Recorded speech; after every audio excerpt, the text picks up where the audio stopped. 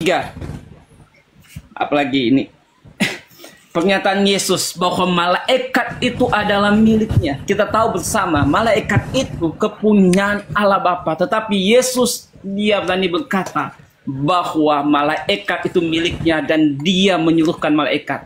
Dan keempat, dia berkata dia berkuasa dan kemuliaan dia akan turun dengan kuasa dan kemuliaannya. Yesus katakan ini bicara tentang otoritas, bukan pemberian. Otoritas manusia, nabi, siapa yang berani berkata seperti Yesus itu yang berotoritas seperti Yesus kalau dia bukan Tuhan. Ini pernyataan-pernyataan ini sebelum Yesus bertemu dengan Paulus yang dinarasikan oleh Bang Suma tadi. Ini pernyataan selama Yesus yang masih ada dalam dunia ini, Bang. Bahkan Yohanes yang murid paling dekat dengan Yesus menyaksikan dengan nyata tentang ketuhanan Yesus bahwa dia adalah firman. Firman bersama-sama dengan Allah, dan firman juga itulah Allah. Dan dia telah menjadi manusia, segala sesuatu dijadikan oleh dia, tanpa dia tidak ada sesuatu telah jadi. Dan dia telah menjadi manusia, ayat ke-18. Di situ dikatakan bahwa Allah Bapa dia menyatakan dirinya melalui anak itu. Kalau nggak percaya saya akan kasih data-datanya. Atau Bang Suma dulu narasi. Silakan. Oke, baik. Saya katakan lagi kepada saudara dua hal nih buat Kristen yang lain juga, dengarkan baik-baik. Yesus datang berkata, Yesus datang melakukan perbuatan, pekerjaan. Jadi Yesus berteori dan berpraktek. Ketika Yesus berteori, apa kata Yesus? Yohanes 14:24. Teori yang kau dengarkan dari mulutku itu bukan dari aku, tapi dari Bapa yang telah mengutus aku. Jadi teori, ucapan, lisan yang keluar dari mulut Yesus yang menghantarkan orang Kristen menuhankan Yesus itu bukan dari Yesus itu sendiri. Dalil. Itu teori. Itu teori. Apapun yang Yesus katakan, aku Tuhan, tidak ada Tuhan selain aku, akulah Tuhan yang menciptakan langit dan bumi. Ucapan sekalipun levelnya kayak gitu, Yesus ucapkan sekalipun, itu dia tidak sedang berkata-kata dari dirinya sendiri. Yohanes 12:49 nomor 50, aku tidak berkata-kata dari diriku sendiri. Apa yang aku katakan adalah apa yang diperintahkan untuk aku katakan, untuk aku sampaikan. Kenapa Kristen kemudian tergiring untuk melupakan dan memuntahkan ucapan Yesus itu? Kenapa? Karena Kristen ini adalah umat yang sudah disesatkan oleh Kristus palsu yang datang kepada Paulus. Secara teori, Kristen gagal segagal-gagalnya. Itu secara teori, secara firman. Sekarang secara praktek. Yesus membangkitkan orang mati. Wow, keren. Membuat air jadi anggur, orang lumpuh berjalan, orang buta mengintip, badai menjadi tenang. Wow, praktik Yesus mantap kali. Sayangnya dari aspek ini Yesus klarifikasi, coy. Yohanes 5 nomor 36. Apa kata Yesus? Ada kesaksianku yang lebih penting dari kesaksian Yohanes Pembaptis, bahwa seluruh pekerjaan yang aku lakukan, pekerjaan apapun itu, membangkitkan, membuat mata melihat, kaki lumpuh berjalan, air jadi anggur, ataupun apa itu, kata Yesus, pekerjaan-pekerjaan itu yang bersaksi bahwa aku adalah utusan Tuhan. Selesai. Jadi dua aspek yang Yesus bawa kepada Bani Israel, di tengah-tengah Bani Israel, ucapan dia, teori dia, praktek dia, pekerjaan dia, mujizat dia, seluruhnya dua komponen yang Yesus miliki sebagai senjata kenabian dan kerasulan ini ternyata seluruhnya adalah milik kepunyaan Tuhannya. Yesus hanya manusia, duta, wakil, utusan Tuhan di atas muka bumi, spesial juru selamat untuk Bani Israel. Lalu kenapa Kristen menganggapnya Tuhan? Karena dia mengatakan, kepadaku diberi kuasa. Di mana Yesus mengatakan, kepadaku telah diberi kuasa? Oh, ternyata ada. Anak manusia diberi kuasa untuk mengampuni. Padahal di situ bukan mengatakan diberi kuasa untuk mengampuni dosa. Tetapi arti yang sesungguhnya adalah diberi kuasa untuk meninggalkan dosa, bukan mengampuni dosa. Kenapa itu bisa terjadi? Karena kalau itu landasannya, kita lihat di dalam Matius 24 nomor 41, ternyata Yesus sendiri yang mengatakan. Di dalam Yohanes 20 nomor 23, Yesus sendiri mengatakan apa? Jikalau kamu mengampuni dosa orang, dosanya diampuni. Berarti kamu pun bisa mengampuni. Tetapi jikalau kamu menyatakan dosa orang itu tetap ada, maka dosa orang itu tetap ada. Kan keren. Yesus mengatakan kalau kamu mengampuni dosa orang, dosanya orang tersebut akan diampuni. Lalu unsur ketuhanan yang diambil oleh Kristen ini mana? Rupa-rupanya hal sepele kayak begini itu dijadikan sebagai bahan untuk menuhankan anak Maria. Rupa-rupanya Kristen mengatakan itu karena Kristen dalam keadaan tersesat oleh makhluk padang gurun yang datang kepada Paulus, saudara-saudara. Tadi Anda mengatakan dengan pongahnya, dengan sombongnya, siapa Yesus yang mampu mengutus malaikat-malaikatnya? Bung, kau tanya sama Yesus di dalam Matius 24:41. Sus, saya mau tanya, Sus. Kamu punya malaikat? Iya. Kok iblis juga punya malaikat? Iblis juga punya malaikat. Yesus juga punya malaikat. Apakah dia kemudian setara? Silakan Anda pikirkan sendiri. Ternyata di dalam kitab Mazmur 91, malaikat yang datang kepada Yesus itu utusan Tuhan kepada Yesus. Di dalam Yohanes 1 nomor 51, ternyata malaikat yang datang kepada Yesus itu adalah utusan Tuhan kepada Yesus. Jadi apa yang menjadi masalah? Malaikat yang datang kepada Yesus itu adalah suruhan-suruhan Tuhannya untuk mendampingi dan mewakili Yesus. Malaikat yang datang dari Elohim kepada Yesus, memberikan kekuatan kepada Yesus, itu ternyata adalah penghubung kepada Yesus dari Tuhannya.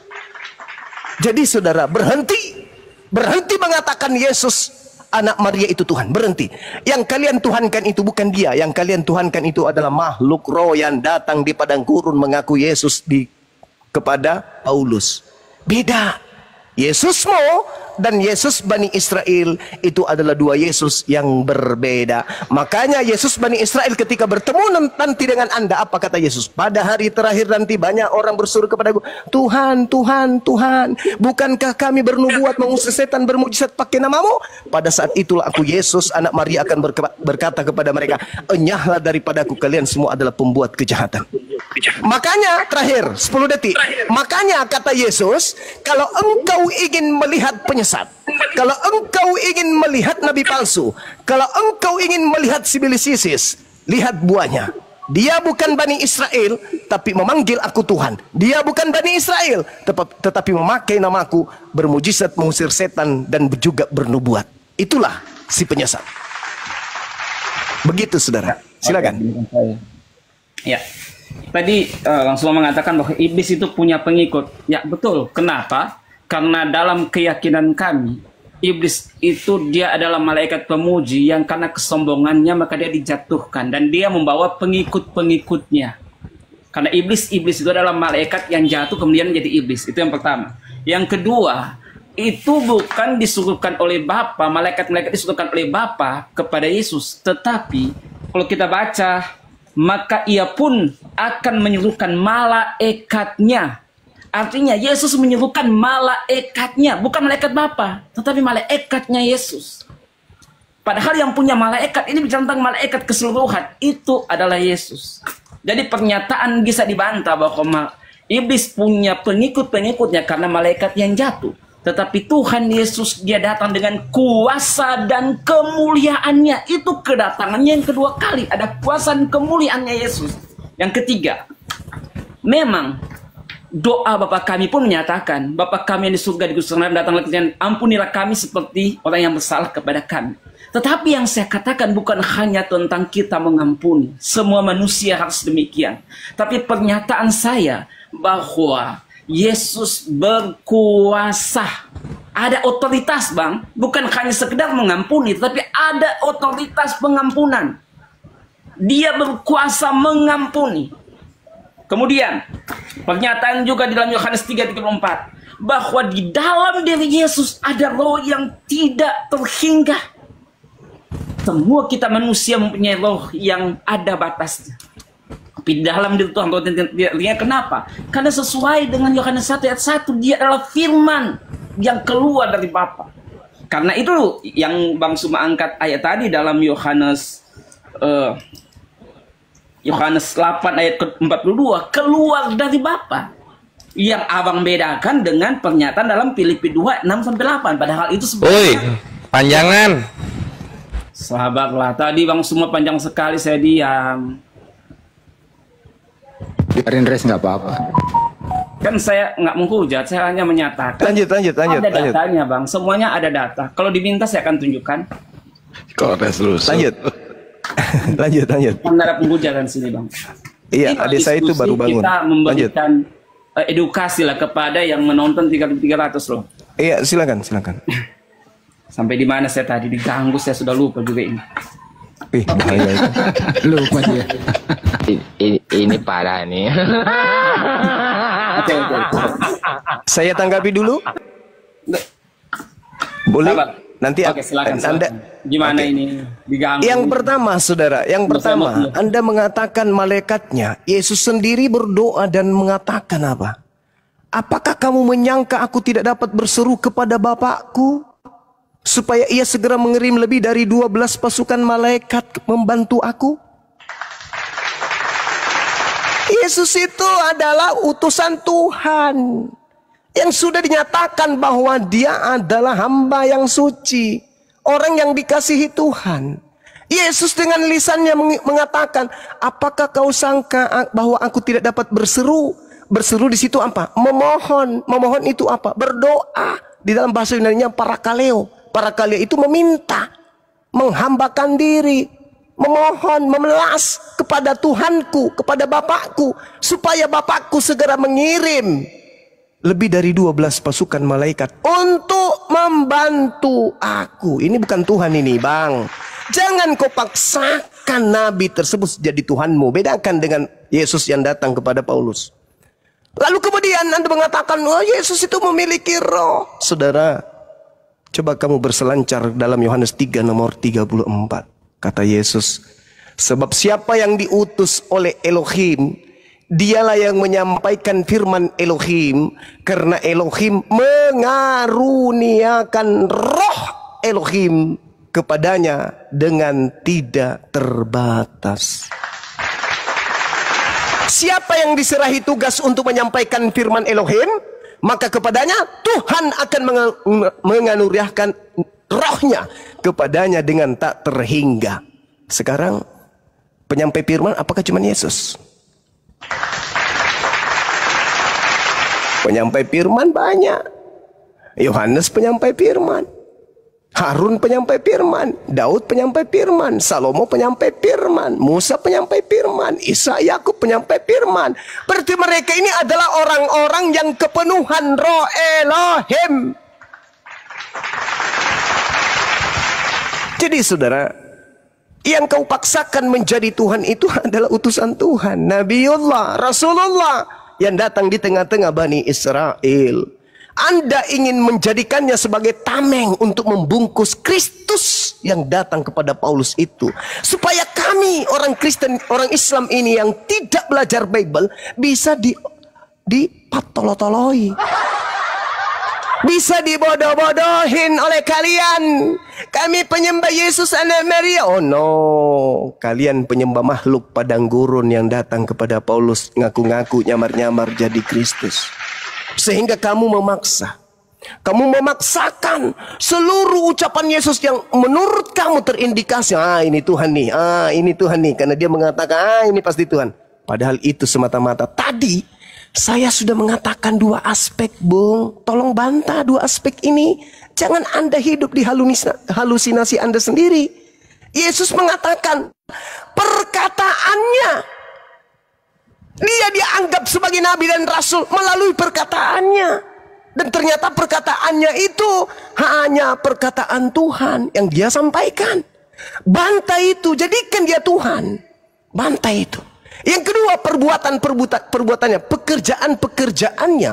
Ternyata untuk membuktikan pekerjaan itu, untuk membuktikan dirinya adalah utusan Tuhan. Lalu faktor apa lagi yang bisa membuatnya menjadi Tuhan? Ucapannya yang sakti itu hanya ucapan seorang rasul. Pekerjaannya yang sakti itu hanya pekerjaan seorang rasul.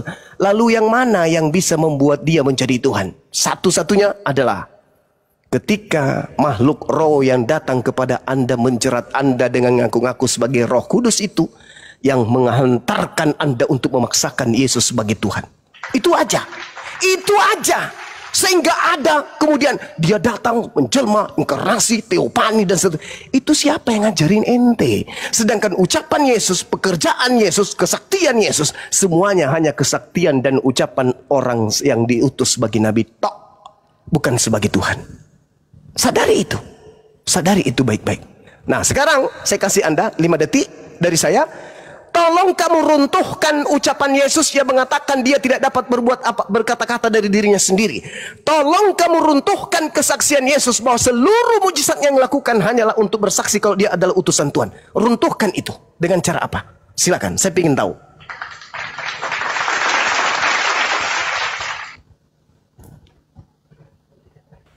Bro, silakan bro. Di awal Bang Sumasa sudah katakan bahwa dia adalah firman yang menjadi manusia. Kenapa dia menjadi manusia? Karena dia harus menggenapi setiap nubuatan. Karena itu dikatakan dia sudah. Tuhan yang dimaksud adalah menggenapi setiap nubuatan. Tetapi dalam pelaksanaan nubuatan, ucapan Yesusnya, gimana? Perbuatan Yesusnya, seluruhnya dia saksikan sebagai utusan Tuhan tok. Lari ke nubuatan lagi. Ini, ya, saya temukan itu. Coba tabrak dua ini dulu, tabrak ini dulu. Jangan kau lari ke nubuatan, saudara. Silakan tabrak yang dua ini dulu. Ucapan Yesus yang begitu sakti, akulah dia, aku dan dia adalah satu. Tabrak itu dulu. Dan mujizat membangkitkan orang mati, bla bla bla, tabrak itu dulu. Jangan kau bawa nubuatan, karena kalau Anda membawa nubuatan sama dengan Anda sudah melambaikan bendera putih. Tabrak yang dua ini dulu. Silakan. Ya, saya akan menjawabnya dengan pernyataan bahwa dia menggenapi nubuatan dan nubuatan yang tergenapi. Karena itu dikatakan dalam Matius 24, dia sendiri yang berkata, Matius 24, bahwa dia akan datang dengan kuasa dan kemuliaannya. Karena itu tanda kemenangan. Ini perkataannya, ini perkataan sebelum dia dibangkitkan. Tapi dia sudah menyatakan tentang kemahakuasaannya pada saat dia datang ke dunia kedua kalinya. Dia datang sebagai apa? Dia datang sebagai apa? Kedua kalinya dia datang sebagai apa? Sebagai Tuhan atau sebagai anak manusia? Sebagai Tuhan. Hah? Di mana dalilnya? Di mana dalilnya dia datang sebagai Tuhan?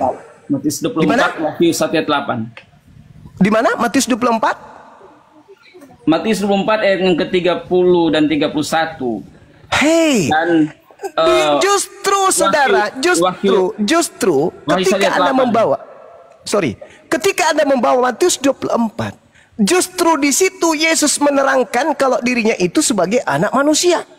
Nomor 30-nya Anda bawa kemudian. Apa yang dikatakan oleh Yesus di sana? Pada waktu itu akan nampak tanda apa? Tanda apa? Tanda anak manusia. Jedar. Kalian memaksa anak manusia jadi Tuhan. Kenapa? Karena ada roh yang kalian sebut Roh Kudus tapi tidak kudus. Itulah yang membisikkan dan menghantarkan Anda menjadi Kristen. Padahal Yesus tidak pernah kemudian mengatakan dia datang sebagai Tuhan. Matius 24 nomor 30 jelas Yesus mengatakan pada waktu itu akan tampak anak manusia di tengah langit dan semua bangsa di bumi akan meratap dan mereka akan melihat anak manusia itu datang di atas awan-awan di langit dengan segala kekuasaan dan kemuliaannya. Dia datang sebagai utusan Tuhan yang maha kuasa dan yang maha mulia. Dia datang membawa kemuliaannya dan kekuasaannya. Kekuasaan siapa? Elohim yang mengutus dia. Final itu, Bung. Oke. Saya belum melihat Anda bisa menabrak 2 poin tadi secara teori dan praktek. Yesus hanyalah utusan Tuhan. Anda mencoba jungkir balik serong kiri dan juga sedikit agak ke kanan. Matius 24 nomor 30 justru menampar Anda. Lalu apalagi yang Anda akan jadikan sebagai penolong? Silakan.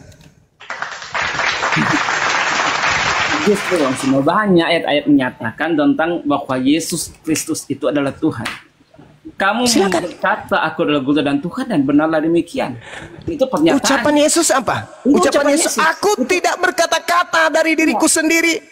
Apa yang aku katakan adalah apa yang diperintahkan. Bang semua. Gugur bang. Kenapa demikian? Gugur.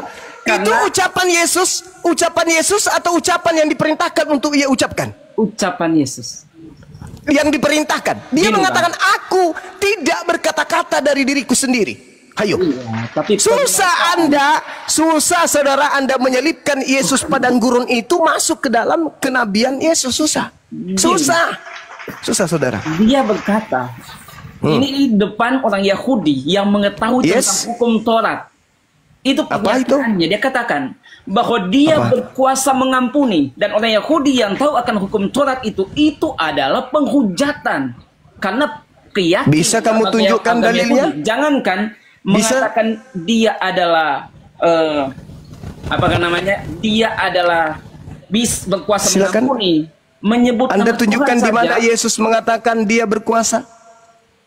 Matius 9 ayat 6. Matius 9 ayat 6. Di situ Anda sadar nggak apa yang diucapkan dalam original teksnya?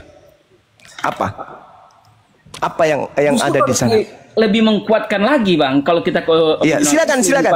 Tapi saya nggak mau ke sana. Coba Anda masuk ke original teks. Saya nggak ada data soal itu, saya belum sedia data. Wah, bahaya saya ini. Menyediakan data yang tertulis. Bahaya ini.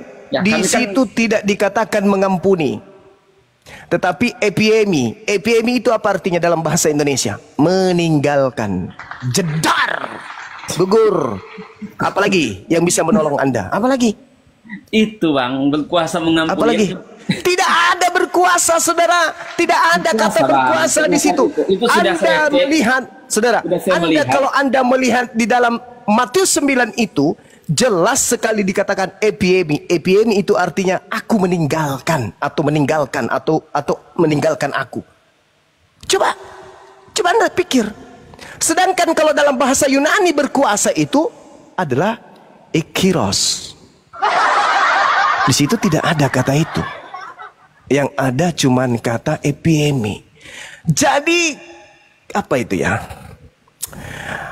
Lembaga Bible Indonesia kemudian mencoba untuk menipu kalian. Epiemi itu artinya meninggalkan, membiarkan, ditinggalkan atau akan meninggalkan. Dalam bahasa Yunani, mengampuni itu adalah iskiros, itu mengampuni. Berkuasa itu adalah jangan kau memeruhi kau cuma aduh. Lah, itu kita harus berdata, saudara. Kita tidak boleh kemudian membuat sesuatu yang tidak sesuai dengan fakta yang sesungguhnya. Kalau ampun atau mengampuni dalam bahasa Yunaninya itu adalah sinkoro. Coba Anda cari tuh. Itu mengampuni. Berarti Yesus disebut apa? Dia berkuasa apa? Meninggalkan apa? Meninggalkan dosa. Yesus berkuasa meninggalkan dosa, bukan berkuasa mengampuni dosa. Jedar. Ada lagi yang bisa Anda hantamkan kepada Yesus? Gini, Bang, kalau dua data Anda konyol, kami sudah pelajari, itu juga membicarakan tentang dia berkuasa mengampuni dosa. Saudaraku, kalau dalam kalimat yang ada itu membicarakan tentang hal bagaimana dia bisa menghapus dosa, meninggalkan dosa. Itu bicara tentang bahwa dari dialah, dia berkuasa. Artinya yang saya mau garis bawahi di dalam kalimat itu, pernyataan ada otoritas. Dia sebagai dia sebagai rasul, sebagai utusan Tuhan. Kan tadi sudah dibilang. Kalau hanya mengampuni, semua nabi bisa mengampuni. Saudara. Bisa mengampuni. Tetapi pernyataan berkuasa mengampuni, ada kuasa di dalamnya, itu hanya Tuhan. Tidak ada. Menurut kesaksian Yesus, saudara, menurut kesaksian Yesus, Yohanes 5 nomor 36. Pekerjaan yang dilakukan seperti ya anggaplah berkuasa mengampuni dosa, itu membuktikan dirinya Tuhan atau utusan Tuhan menurut Yesus? Dari kalimat itu otoritas sebagai ketuhanan. Ternyata bagaimana kita dapat katakan itu manusia atau Tuhan? Yang berkuasa mengampuni Yesus sendiri, itu hanya Tuhan. Yesus yang mengatakan, segala pekerjaan yang aku lakukan, pekerjaan itu yang aku lakukan sekarang, dan pekerjaan itu yang bersaksi bahwa Bapaklah yang telah mengutus aku. Iya, itu pekerjaan. Tetapi ini pernyataan, Bang Suma, bukan pekerjaan. Kalau pernyataan, kalau pernyataan berarti Bang. perkataan. Iya, Pernyataan. yang menyatakan siapa dia. Kalau perkataan, Yesus sudah katakan, aku tidak berkata-kata dari diriku sendiri. Apa yang aku katakan adalah apa yang diperintahkan untuk aku katakan dan aku sampaikan. Gagal. Perkataannya gagal, pekerjaannya gagal. Jadi tidak ada sedikit pun unsur keilahian yang ada pada diri Yesus. Tetapi kenapa dia menjadi Tuhan? Bagi orang Kristen, karena orang Kristen menuhankan Kristus yang datang di padang gurun, tapi supaya dianggap bahwa mereka orang ini benar, mereka mencomot-comot Yesus anak Maria sebagai dia yang diikuti. Makanya Yesus di akhir zaman mengusir kalian, enyahlah daripadaku, aku itu tidak mengenal kalian. Hal itu. Ini pekerjaan, maka itu berhubungan dengan Yohanes 10. Kalau kalian tidak percaya kepadaku, percayalah akan pekerjaan. Itu Yohanes 10 itu berhubungan erat. Itu bisa kita bahas. Tapi pernyataan tentang siapa dia, ini memperkenalkan siapa dia.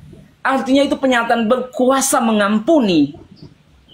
Itu hanya Allah Bapa yang bisa katakan, tapi dia ini. Allahu Akbar.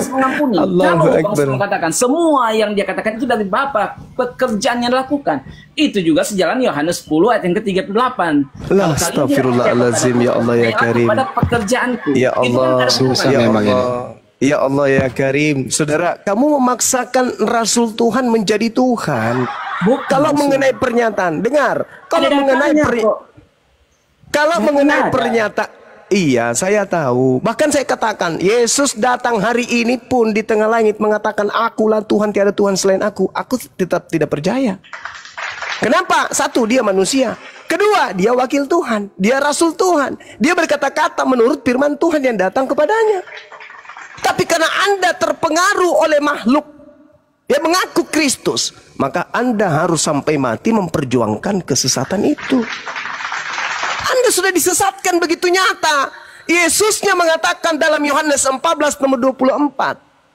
Firman, perkataan, pernyataan yang kau dengarkan dari mulutku itu bukan dari aku, tapi dari Bapa yang telah mengutus aku. Kurang jelas apa lagi data itu? Jadi meskipun Yesus mengatakan akulah Tuhan, tidak ada Tuhan selain aku, bukan berarti Yesus Tuhan. Karena Yesus wakil Tuhan, sedang mengucapkan perkataan Tuhan yang menjadi tugasnya untuk disampaikan kepada manusia Israel. Makanya dia mengatakan apa? Akulah jalan, akulah kebenaran, akulah hidup. Tidak ada yang sampai kepadaku tanpa melalui aku. Salah. Tidak ada yang sampai kepada Bapa Tuhanku tanpa melalui aku. Tapi Anda merubahnya. Akulah jalan, akulah kebenaran, akulah hidup. Tidak ada yang sampai kepada Yesus tanpa melalui Yesus. Parah. Sedangkan yang Anda lakukan hari ini bersama dengan sekelompok orang-orang Kristen menjadikan Yesus itu sebagai tujuan akhir. Ke gereja nyembah Yesus, kemana-mana nyembah Yesus, kemana-mana Yesus sehakikat dengan Bapa. Na'udzubillah summa na'udzubillah. Sedangkan Yesus mengatakan, akulah jalan, akulah kebenaran, dan akulah hidup. Tidak ada yang sampai kepada Ayah tanpa melalui aku. Itu ucapan Yesus kepada Bani Israel. Tapi Anda memaksanya. Harus Yesus yang duduk di situ. Harus. Kenapa? Karena Yesus yang datang di padang gurun ini yang mempengaruhi ente, saudara-saudara. Ente harus menggulingkan kekuasaan pencipta dengan melantik Yesus kalian yang keluar dari kubur itu. Ente harus membumi hanguskan ajaran Tuhan yang datang kepada para nabi dengan mengangkat sosok tokoh fiktif yang datang mengaku Yesus yang keluar dari kubur itu. Maka pada endingnya hari ini, Yesus dijadikan sebagai Tuhan oleh orang-orang Kristen. Sedangkan bagi Yesus menurut Yesus dia adalah utusan Tuhan. Yesus menurut Kristen, Yesus adalah Tuhan. Yesus menurut Yesus, dia adalah utusan Tuhan. Maka umat Islam dan orang-orang berakal lebih percaya kepada Yesus daripada kepada Kristen yang sudah jauh melenceng dari ajaran Yesus yang asli. Demikian. Ya, bentar Bang ya. Jadi Bang Suma bilang tadi Bang, ya. Bentar Bang. Saya selesaikan narasi saya nggak lama. Jadi justru Bang Suma, saya justru mengalir dengan narasi Bang Suma yang saya mengambil ayat di mana sebelum Yesus itu bertemu dengan Paulus, bahkan sebelum dia bangkit dan naik ke surga. Saya mencoba mencari ayat yang waktu dia masih melayani di bumi. Ini baru satu. Masih banyak ayat-ayat menyatakan tentang bagaimana ketuhanannya. Tetapi tentang dibantah sendiri oleh Yesus dosa itu. saja, Bang Suma. Tentang berkuasa mengampuni dosa saja. Bang Suma sudah sabar, Bang. Dibantah oleh Yesus, Bang. Percuma. Yesus yang membantah. Bang Suma sudah mengambil banyak ayat-ayat, tapi tidak bisa membantah tentang berkuasa otoritas. Malahan tadi Yesus sudah mengatakan segala pekerjaan yang kulakukan itu bersaksi bahwa dia utusan Tuhan. Kalau tentang pekerjaan, ya lawan Anda Yesus, bukan saya. Tapi ini pernyataan, Bang. Iya, Anda lawan Yesus, jangan lawan saya. Yesus yang mempersaksikan itu. Yesus bersaksi tentang itu semua kalau dia hanya utusan Tuhan. Coba Anda baca Kisah Para Rasul 2 nomor 22. Orang-orang Israel harus tahu yang kumaksudkan adalah Yesus dari Nazaret. Orang yang ditentukan oleh Allah untuk melakukan mujizat, tanda-tanda, kekuatan yang dilakukan oleh Allah melalui perantaraan Yesus seperti yang engkau tahu. Selesai bukan? Selesai bukan? Yang lebar menjelaskan. Ya enggak. Saya hanya mengatakan bahwa semakin Anda berceloteh, semakin Anda membantah Yesus, dan semakin nyata Kristen adalah antikristus. Ya, semakin Anda ganti ya, pesulap selanjutnya Bang beritakan berhenti dulu ganti pesulap selanjutnya nih Bang Kapes. Saya menutup narasi saya dulu. Ya, silakan dikasih waktu untuk nutup narasi dia. Silakan. Dia ini adalah musuh terberatnya Yesus. Ya, nggak apa-apa. Tapi saya mencoba menjelaskan tentang berkuasa mengampuni saja Bang Suma tadi. Ya, oke lah, saya mengiyakan. Tapi Bang Suma seperti itu. Dinyatakan bahwa berkuasa mengampuni itu hanya Allah Bapa, tapi Yesus dia berani menyatakan dia berkuasa mengampuni, dan itu tidak bisa dibantah. Walaupun ayat-ayat yang Bang Suma angkat tidak bisa membantah pernyataan memperkenalkan diri bahwa siapa dia juga berkuasa mengampuni dosa. Tuhan berkati. Saya bantah, Bung. Saya bantah. Yohanes 4, sabar, saya bantah. Anda jangan menyesatkan. Yohanes 4:34, apa kata Yesus terkait dengan yang Anda ucapkan yang terakhir? Apa kata Yesus? Yesus berkata, makananku adalah melakukan kehendak Bapa yang mengutus aku dan menyelesaikan pekerjaannya. Jedar itu praktek, Bang. Pekerjaan itu praktek, melakukan, bukan pernyataan. Makananku adalah melakukan, mempraktekkan kehendak Bapa. Ini yang saya katakan berkuasa itu pernyataan, Bang. Kalau pernyataan kan tadi Bang. Yesus mengatakan, bagaimanapun Abang nggak bisa bantah. Loh, Yesus yang membantah bukan saya. Yesusnya yang membantah. Saya bacakan kepada saudara. Dengarkan bantahan Yesus nih. Yohanes 12, apa yang dikatakan oleh Yesus kemudian dalam kitab saudara. Ini Yesus yang mengatakan. Kalau kita lihat dalam Yohanes 12-nya, Yesusnya dengan terang benderang mengatakan begini. Yohanes 12 nomor 49. Saya bacakan kepada Anda secara runut supaya Anda paham. Dia mengatakan apa? Sebab aku berkata-kata bukan dari diriku sendiri, tetapi Bapa yang mengutus aku, dialah yang memerintahkan aku untuk mengatakan apa yang harus aku katakan dan aku sampaikan. Dan aku, Yesus, tahu bahwa perintahnya itu adalah hidup yang kekal. Jadi apa yang aku katakan, aku mengatakannya sebagaimana yang difirmankan oleh Bapa kepadaku. Jedar. Anda mau kemana? Gimana? Anda mau kemana? Jadi itu pun abang nggak bisa membantah pernyataan Anda bahwa dia mau berkuasa kemana? mengampuni. Itu kan tidak ada Anda bantahan, mau Bang. kemana? Abang mengambil ayat Pernyataan Yesus itu adalah pernyataan yang menjadi asupan dari Bapa untuk Yesus sampaikan kepada Bani Israel. Semakin Anda membantah, semakin membenarkan dan nampak bahwa Kristen memang adalah anti Yesus anak Maria. Justru ayat yang abang angkat tentang Yohanes 12 itu bicara tentang Cukup ini udah muter-muter ini cukup, ganti pemain udah cukup. Ya, Saudara, sudah beritakan. Anda ingin memaksakan, Anda mau memaksakan Yesus palsu itu jadi Tuhan dengan membantah semua dan menerobos mempertahankan Yesus kalau dia hanya utusan. Berucap pun Yesus bukan dari dirinya sendiri. Anda paksa biar orang-orang banyak tersesat. Ini yang Al-Quran katakan. Wa ikhwanuhum yamuddunahum fil ghayyi tsumma la yuksirun. Apa kata Quran? Saudara-saudara iblis itu ada di tengah-tengah kalian. Ada melata dengan kalian. Siapa mereka? Dia adalah orang-orang kafir. Mereka adalah pembantu-pembantu setan untuk menjerat manusia agar manusia durhaka kepada pencipta langit dan bumi. Dan mereka tidak akan pernah henti-hentinya menyesatkan. Ini sudah nyata ini. Siapa yang kalian ingin bantu dengan membantah Yesus? Siapa yang kalian ingin bantu itu? Iblis. Kalian adalah penolong-penolong iblis agar manusia tetap sesat bersama dengan kalian. No. Sudah saatnya manusia Indonesia sadar bahwa kalian bukan pengikut anak Maria. Kalian adalah pengikut Kristus yang datang kepada Paulus yang menggenapi nubuatan Yesus. Waspada kepada penyesat yang datang kepadamu dengan memakai namaku dan berkata, akulah Kristus. Dia akan menyesatkan banyak orang. Ya. Oke, silakan. Pesulap selanjutnya. Jadi menurut Bang Juma ada Kristen penyesat ya?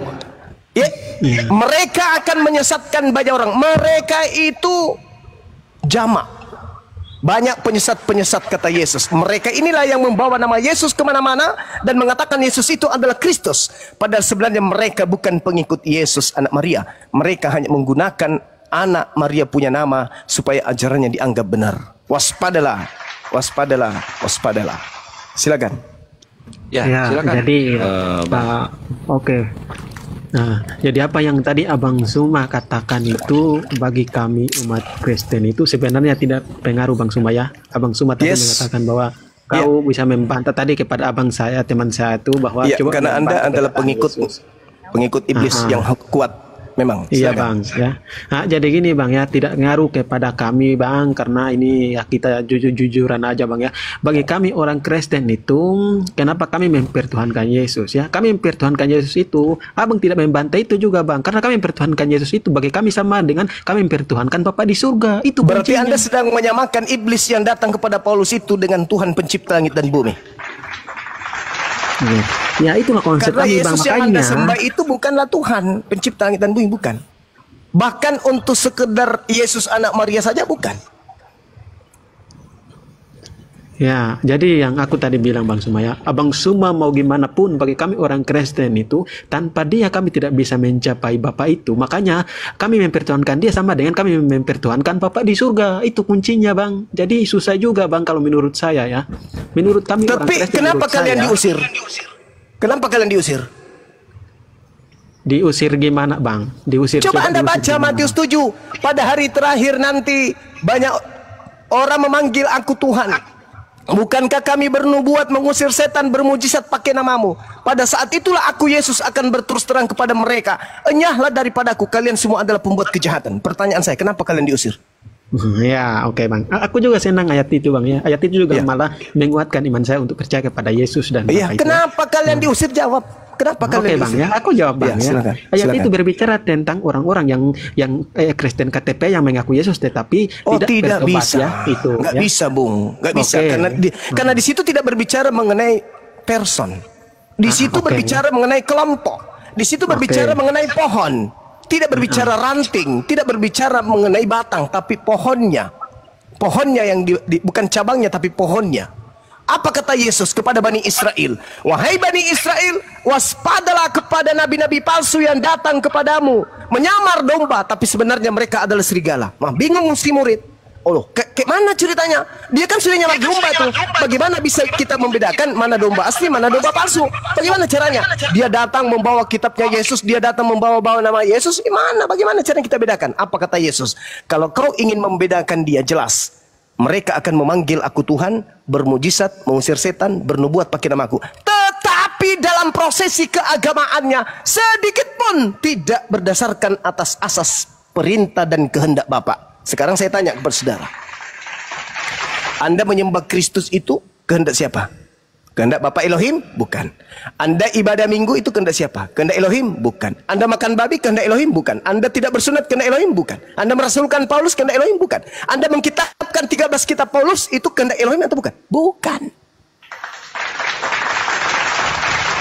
Jadi tanda-tandanya adalah mereka tidak melakukan kehendak Bapa, sedangkan kehendak Bapa itu adalah hukum Taurat. Sedangkan Kristen diajari untuk beriman, untuk percaya bahwa Taurat itu adalah tinja. Taurat itu adalah skubalon, sampah. Sedangkan Tuhan punya kehendak agar Bani Israel menjalankan semua ketetapan-ketetapannya yang datang kepada Nabi Musa alaihissalam. Berarti Kristen secara batang, yaitu Paulus, itu harus dibuang ke dalam api neraka. Bukan oknum, oh ini Kristen KTP, ini Kristen. Tidak sama sekali. Buahnya, kalau sudah kau temukan di antara buahnya itu ada busuk, maka bukan buah yang dipilah, tetapi batang yang ditebang. Paulus yang harus dilemparkan ke dalam api neraka, apatah lagi pengikut-pengikutnya. Kesempatan kalian untuk meninggalkan ajaran tersebut jika kalian menggunakan akal sehat. Silakan. Ya, jadi itulah pandangan abang ya. Cuman saya ingin mempertegaskan lagi kepada abang ya, bahwa kalau Kristen sejati abang mau bilang apapun, tapi menurut sudut pandang orang Kristen itu adalah mempercayai Yesus itu sama dengan mempercayai Bapa. Titik, bang. Itulah aku bilang ya, bagi orang Kristen ya. Makanya tidak bisa berubah, bang ya. Kena berarti Matius 7. Itu bang, titik. Kena berarti siap-siap aja diusir berarti. Silakan. La ikraha fiddin, kami tidak punya niat untuk memaksakan Anda. Saya hanya menjabarkan, mengingatkan saja. Berarti penggenapan terhadap Matius 7 tadi sudah betul akan terjadi. Silakan. Keturunan Anda, kalau Anda tidak ketemu Yesus nanti, keturunan Anda, cucu Anda, cicit Anda, turunan Anda yang akan bertemu dengan Yesus dan akan diusir. Cucu Anda akan mengatakan, kakek saya yang memerintahkan dan mengajarkan saya menyembahmu. Bukan bapakmu kan? Bukan bapakku kan, kata Yesus? Ya. Kamu menyembahku bukan bapakku yang mengajarkan kan? Ya. Kamu ke gereja bukan bapakku yang mengajarkan kan? Ya. Kamu ibadah minggu bukan bapakku yang mengajarkan kan? Ya. Kamu makan babi dan tidak bersunat bukan bapakku yang mengajarkan kan? Ya. Lalu siapa yang mengajarkanmu? Bapakku, yaitu saudara onpestisasi. Bukan kehendak Bapa Elohim sehingga anak keturunanmu menjadi Kristen. Bukan kehendak Bapa Elohim sehingga anak-anakmu menjadi penyembah Yesus. Tapi atas kehendak nenek moyangmu sendiri yang diterima ajarannya dari penjajah Belanda, Portugis, yang datang ke Nusantara kita ini. Tak ada murid Yesus atau keturunan dari ke-11 murid Yesus yang datang ke Indonesia mengajarkan menyembah Kristus. Tak ada. Mereka Bani Israel sampai hari ini masih digaungkan, masih menggaungkan, masih terdeteksi dengan sangat akurat.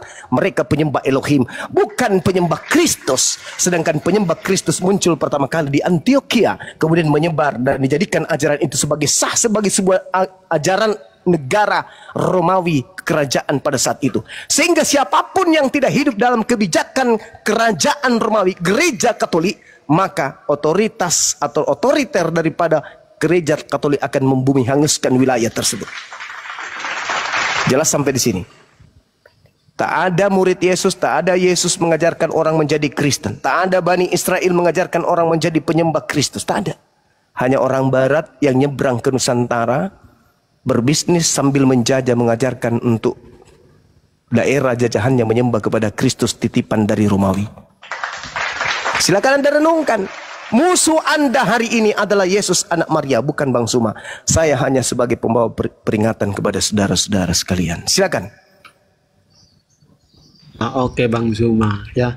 Abang Zuma bernarasi panjang, tapi kalau menurut saya ya saya tidak berpanjang lebar juga, karena memang kita sesuai dengan doktrin-doktrin kita bukan, tetapi kita sesuai dengan apa yang dikatakan dengan Bible itu atau kitab kita. Ya, memang Abang Zuma mengatakan bahwa Yesus itu utusan, memang benar ya. Tapi Yesus itu adalah diutus dari Bapa, dan tanpa Bapa dia kami tidak bisa mencapai Bapa itu. Makanya aku tadi bilang ya, Abang Zuma bagaimanapun tapi bahwa kami orang Kristen itu kami mengenal Yesus itu sama dengan kami mengenal Bapa itu titik ya. Jadi kami sembah Yesus sama dengan kami sembah Bapa. Itulah kami orang Kristen. Makanya Abang Zuma tadi bilang kamu membantah itu, kalau bantah jawabannya itu yang saya bilang, kami menyembah Bapa Yesus itu sama dengan menyembah Bapa. Sudah titik. Iya, betul. Memang nubuat Yesus itu tidak sia-sia, saudara. Nubuat Yesus itu tidak sia-sia. Harus ada yang menggenapi. Karena kalau tidak ada yang menggenapi, berarti Yesus itu pembohong. Harus ada. Harus ada penyembah-penyembah Yesus ini. Harus, wajib. Harus ada orang yang diusir oleh Yesus. Harus, wajib. Karena kalau tidak ada, maka Yesus hanyalah seorang pembohong, pendusta besar. Pada hari terakhir nanti, banyak orang akan berseru kepadaku, Tuhan, Tuhan. Itu harus terjadi. Nah, siapa mereka? Keturunan dari Kristen hari ini yang tidak bertobat. Anak-anakmu lah yang akan kamu ajarkan, kemudian turunanmu lah yang akan sampai ke dalam api neraka bersama dengan engkau akibat ulah kalian yang keras kepala, tegar tengkuk, tidak mau mendengarkan ajaran Yesus. Silakan. Yesus memang berpesan kepada Bani Israel, waspada, waspada, waspada, waspada, waspada kepada penyesat. Jangankan ente orang Kristen yang hidup 2000 tahun setelahnya. Apa kata Yesus dalam Matius 24 nomor 24? Kristus palsu akan datang melakukan banyak mujizat, sekiranya mungkin menyesatkan murid-murid pilihan juga. Orang-orang pilihan saja bisa disesatkan, apalagi ente yang cuman modal imani saja. Silakan saudara, saya tidak paksa. Anda mau percaya, tugas saya hanya mendudukkan sebagaimana amanat Al-Quran. Ketika orang-orang beriman itu datang, maka dia akan mensucikan Nabi Isa dari orang-orang kafir. Kami sedang membersihkan Nabi Isa yang datang di tengah Bani Israel sebagai Nabi dan Rasul dari orang-orang kafir yang membawa-bawa namanya agar dijadikan sebagai Tuhan selain daripada Allah. Silakan. Ya, pemain selanjutnya Bang HM, Muslim apa Kristen? Bang HM. Halo, dibuka One Piece. Saya dulu ke One Piece dulu, One Piece. One Piece. Halo Bang. Ya. Sembahan kamu ada berapa, Bro? Nah, gimana Bang? Sembahan kamu ada berapa? Sembahan, kan tadi saya udah bilang ya, bagi kami orang Kristen kami menyembah Yesus itu sama dengan menyembah Bapa di surga. Itu kan titik. Berarti gak bisa berapa bisa jumlahnya ini itu? Berapa jumlahnya itu? Itu doang sebentar. Berapa jumlahnya itu yang kau sembah? Ya, kalau aku menyembah ya menyembah Bapa di surga, menyembah Yesus, makanya aku mengatakan bahwa menyembah Yesus itu sama dengan menyembah Bapa, itu titik. Ya, berapa itu yang kau sembah? Berapa itu yang kau sembah? Ya aku menyembah ya, nah aku tadi udah jelas Bang, aku menyembah Yesus. Susah banget ya, udahlah nggak mau jawab. Bilang aja 2 gitu loh, susah amat. Lanjut Bang Hain, susah amat sih lo sembah Yesus, lo sembah Bapa. Jadi sembah lo 2 gitu loh, susah amat jadi orang. Ditanya. Bang HM. Ya. Muslim apa Kristen? Kristen. Silakan. Jangan pakai titik ya Bang. Jangan pakai titik, koma aja koma. Lanjut. BZ PS pesulap. Apa maksudnya nih? Itu judulnya kan? Udah judulnya saya hilangin. Sok. Tanya aja tanya. Oh bertanya. Topiknya sore ini adalah ya, Yesus itu anak Bunda Maria. Apakah sama dengan Yesus yang ditemui Paulus di padang gurun? Itu Bang topiknya Bang, silakan. Beda.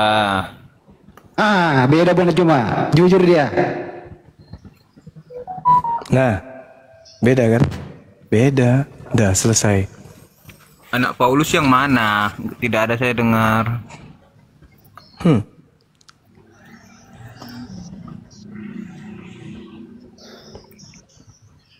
Kalau ada Maria kan jelas juru selamat itu Kristus.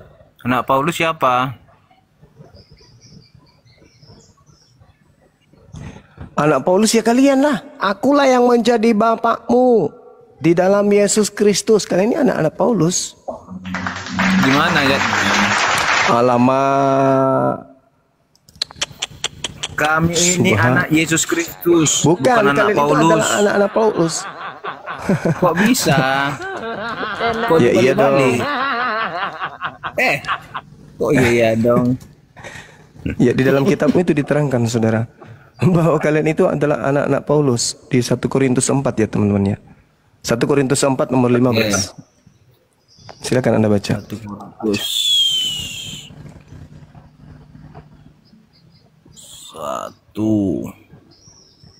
Korintus 4:15. Iya. Sebab sekalipun kamu mempunyai beribu-ribu pendidik dalam Kristus, kamu tidak mempunyai banyak bapa, karena akulah yang dalam Kristus Yesus telah menjadi bapamu oleh Injil. Tuh, di mana salahnya? Iya, kok tadi Anda yang membantah, sekarang di mana salahnya? Iya, salahnya di mana? Sama aja anak Yesus kan? Kayak ular. Katakan anak Paulus. Kayak ular. Iya, kalian itu anak-anak Paulus, betul? Di mana dikatakan anak Paulus? Nama Paulus saja tidak ada di sini. Loh. Loh, coba baca. Sebab sekalipun kamu mempunyai beribu-ribu pendidik dalam Kristus, kamu tidak mempunyai banyak bapak, karena akulah yang dalam Kristus Yesus telah menjadi bapakmu oleh Injil yang kuberitakan kepadamu. Ini ucapan siapa? Coba bacanya. Nah, nih. Nah, coba. Di mana ada kata Paulus di sini gitu? Nah, ini ucapan siapa? Itu dulu. Ucapan Paulus. Nah, berarti dia menganggap dirinya bapak, betul? Iya, di mana dia mengatakan? Siapa anaknya? Kok Siapa enggak anaknya di apa-apa? situ? Siapa anaknya di situ? Siapa anaknya? Di mana dikatakan anak di sini? Sebab sekalipun kamu mempunyai beribu-ribu pendidik dalam Kristus, kamu tidak mempunyai bapak, banyak bapak, karena akulah yang dalam. Oke, stop dulu sampai di situ. Pendidik maksudnya di situ kan guru, bukan anak. Gimana sih? Paulus di situ mengaku sebagai bapak.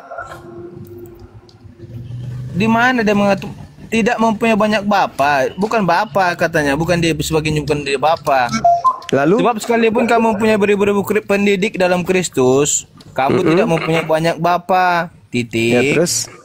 Karena akulah yang ada dalam Kristus Yesus telah menjadi bapamu oleh Injil yang kuberitakan kepadamu.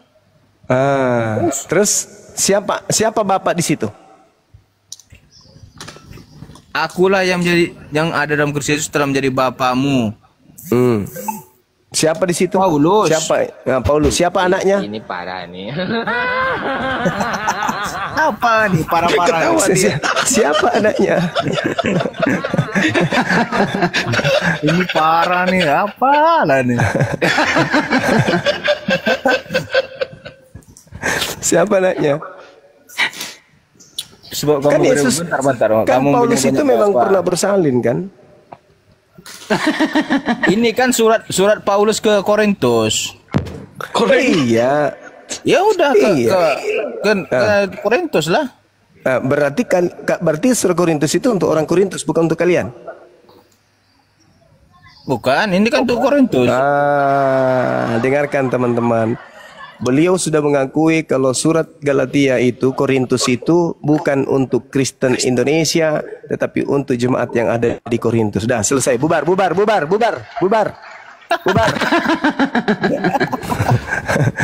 Ini Terus Bang Paulus Felix mengatakan dulu begini. izin minta di Ya. follow dulu mungkin Bang Ustadz Felix.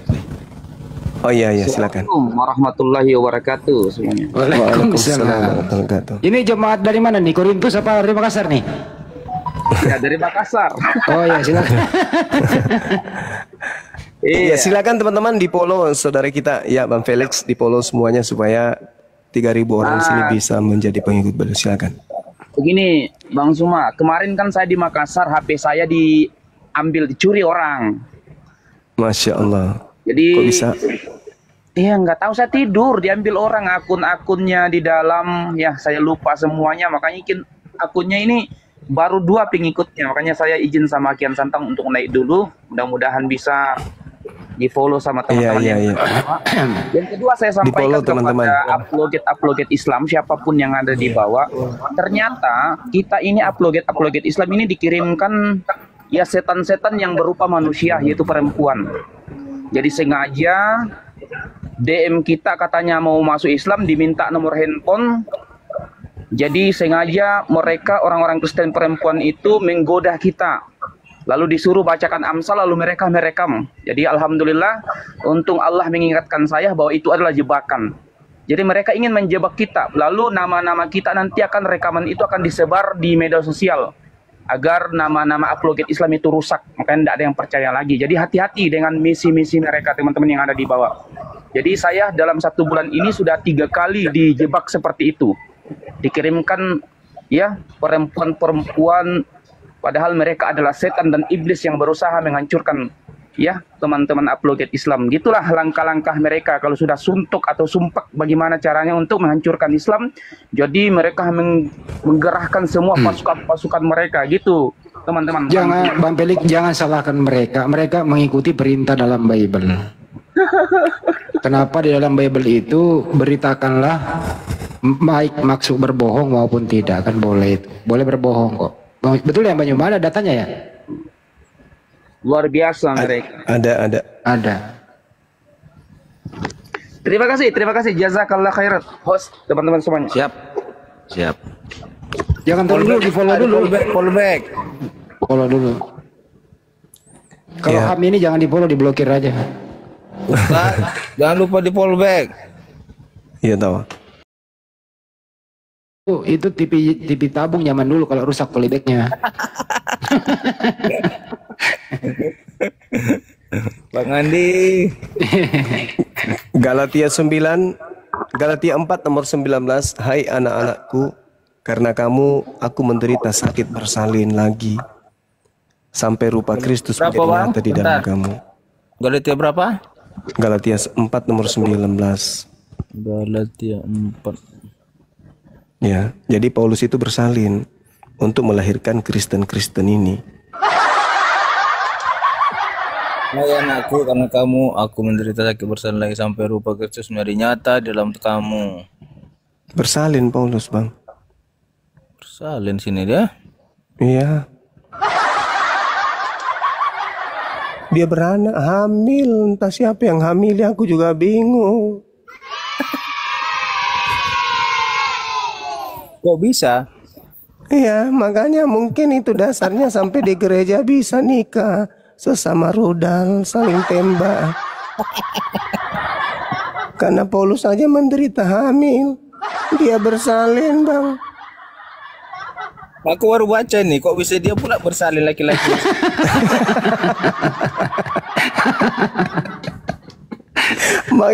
Mungkin itu dasarnya kenapa di Amrik itu ada Bible khusus 3 huruf itu JJ.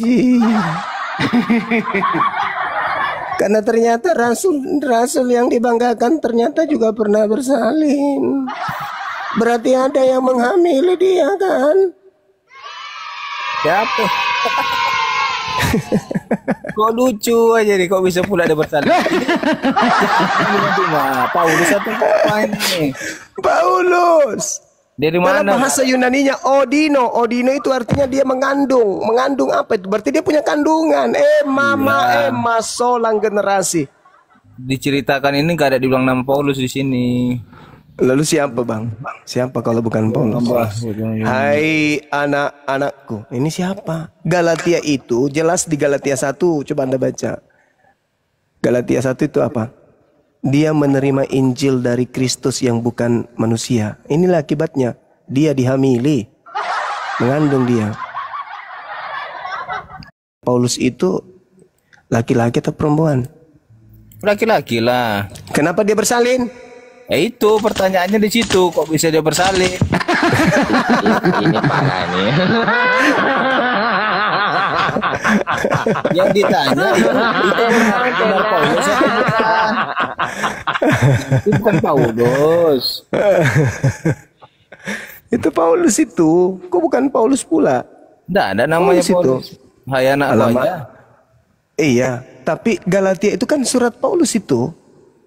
Betul. Coba Anda baca Galatia. Iya. Nah, dia yang sudah menulis Ini surat kan untuk surat Paulus ke Galatia ini, Bang Juma. Nah, iya, betul.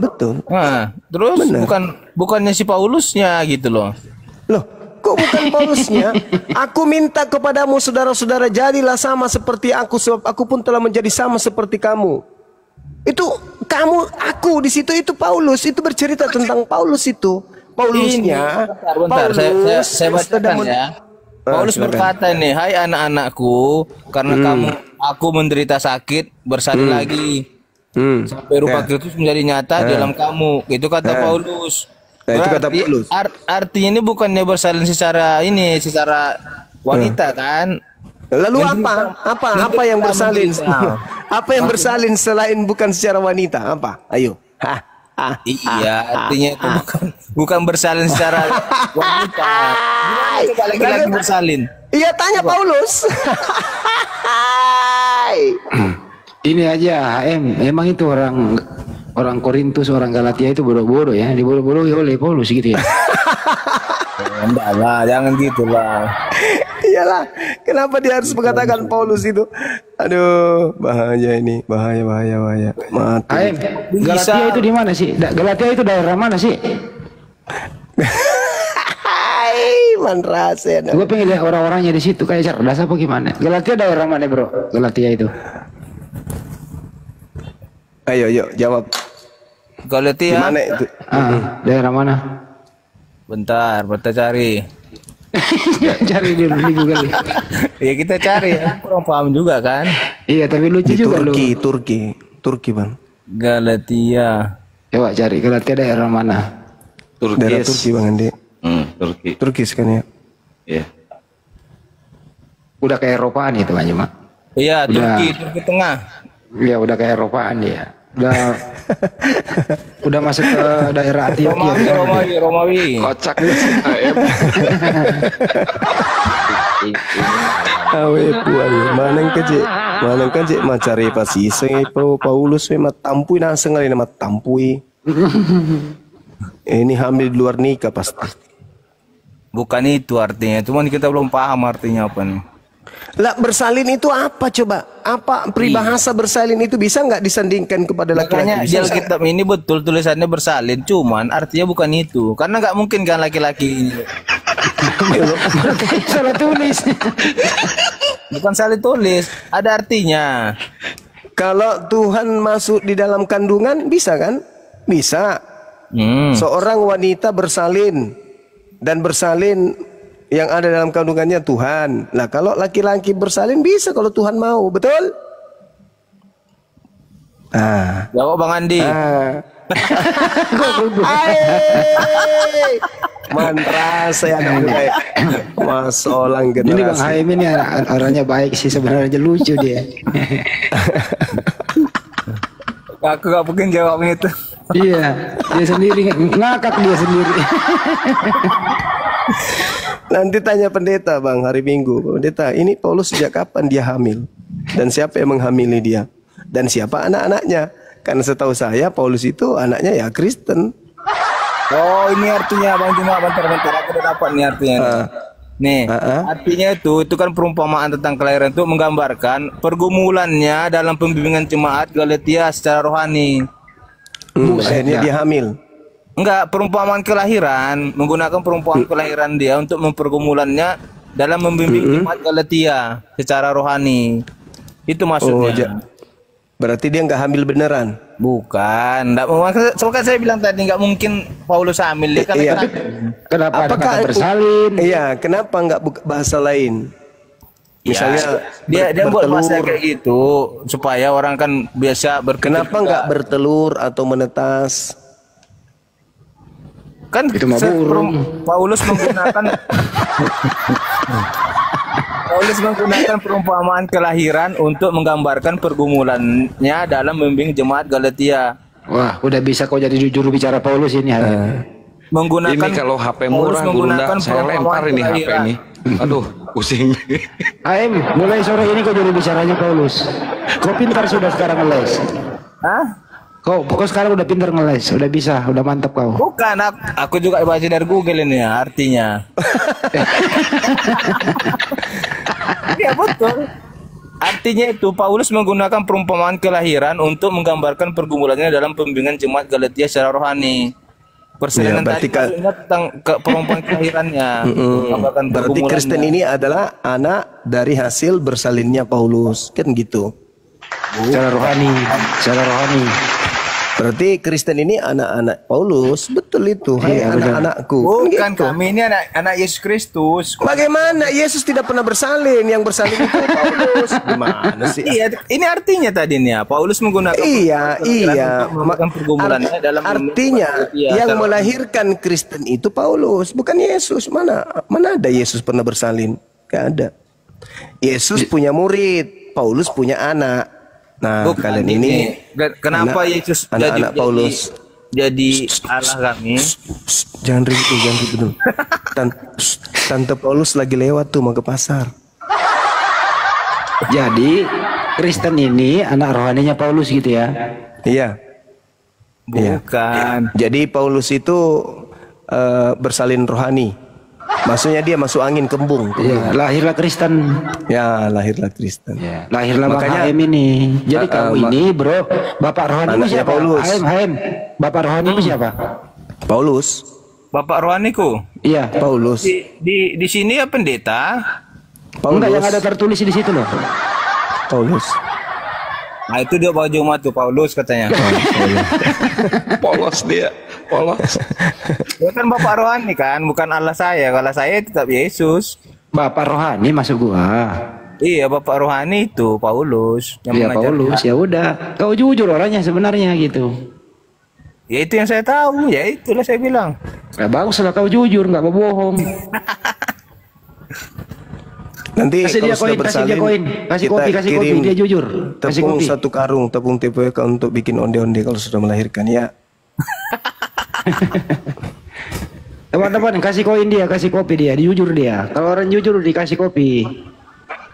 Kasih mawar apa kayak gitu. Jujur dia.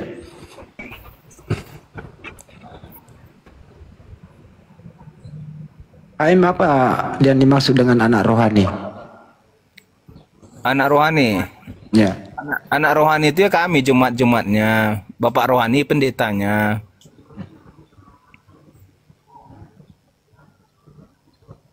Rohani. Ya anak-anak roh gitu ya. Jadi kamu anak roh gitu ya.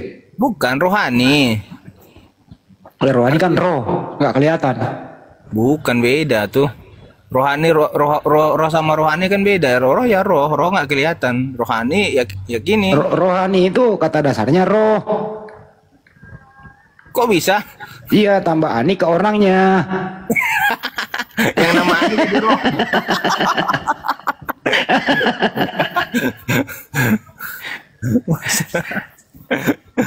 Ini kan manusia nih, manusia kan jasmani dan rohani kan gitu ya. Betul. Artinya jasmani dan roh. Kenapa ditambahin ani? Ya karena menyangkut ke personalnya gitu loh. Roh itu umum, rohani ke orangnya gitu. Coba buka Google lagi deh. Coba buka Google. Arti rohani. Iya. Kata dasar rohani. Akar kata rohani.